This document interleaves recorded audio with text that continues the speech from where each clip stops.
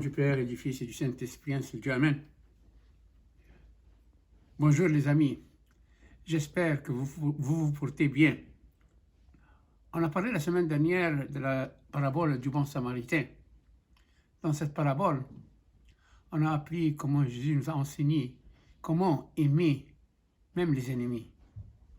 Et je vous ai demandé de pratiquer, d'aimer vos parents et vos frères et sœurs cette semaine. J'espère que vous avez pratiqué cette demande. Aujourd'hui, j'aimerais vous parler de la parabole du fils prodigue. Cette parabole se trouve dans l'évangile selon saint Luc chapitre 15. Les personnages de cette parabole sont le père et les deux fils.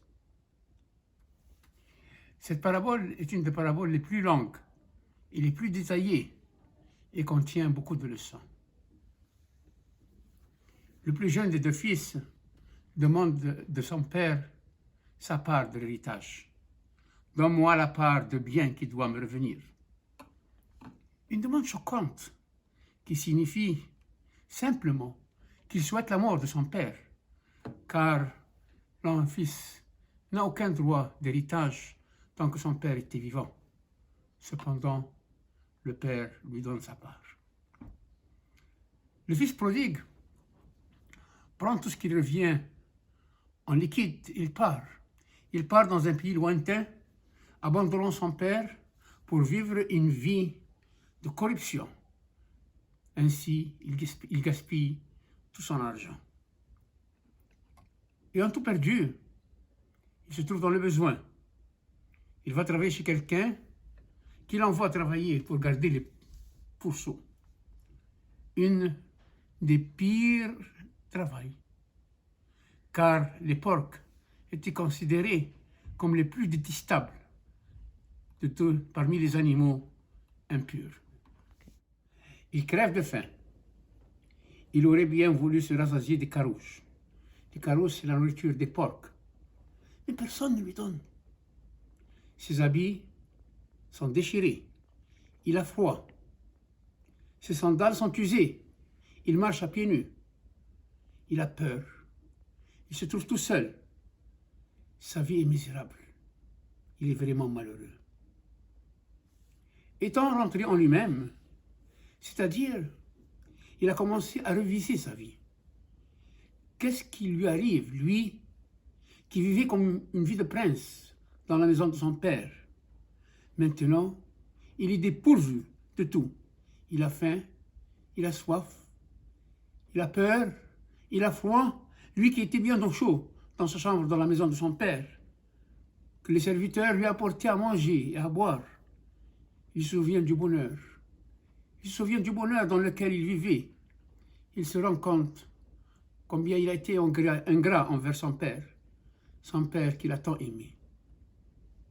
Il se dit, combien de mercenaires, mercenaire veut dire esclave ou serviteur, combien de mercenaires chez mon père ont du pain en abondance? Et moi, ici, je meurs de faim. Je me lèverai, j'irai vers mon père et je lui dirai, mon père, j'ai péché contre le ciel et contre toi.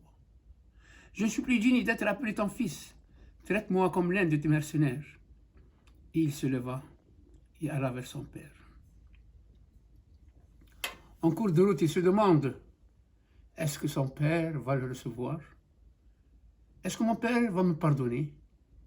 Moi, qui a souhaité sa mort en demandant mon héritage, est-ce que mon père va me chasser ou il va me permettre de rentrer chez lui? Vraiment, je ne suis pas digne d'être appelé son fils. Mais mon père est bon. Je sais que mon père est bon. Je suis sûr qu'il m'aime toujours. Son père le vit. Le père espérait recevoir son fils et attendait son retour. Il courut et le prit dans ses bras. Le père dit, sans une seule parole de reproche concernant le passé, le père déverse son amour sur son fils et exprime sa joie d'avoir retrouvé celui qui a été perdu. Le père dit au serviteur, apportez vite la plus belle robe et l'en revêtez. Mettez-lui un anneau au doigt et des souliers aux pieds. Amenez le veau gras et tuez-le, mangeant et réjouissons-nous, car mon fils, que voici était mort, il est revenu à la vie. Il était perdu, il est retrouvé. La robe lui donne la place d'honneur. L'anneau lui rend son autorité. Les souliers, seuls les esclaves marchent à pieds nus, mais les souliers lui rendent sa place en tant que fils. Le veau gras, il est réservé seulement aux occasions spéciales. Le fils aîné. Le fils aîné revient de retour et sachant que son frère est revenu, il se mit en colère et ne voulut plus entrer. Son père sortit et le pria d'entrer. Mais il répondit à son père, « Voici, il y a tant d'années que je te sers, sans avoir jamais transgressé tes ordres.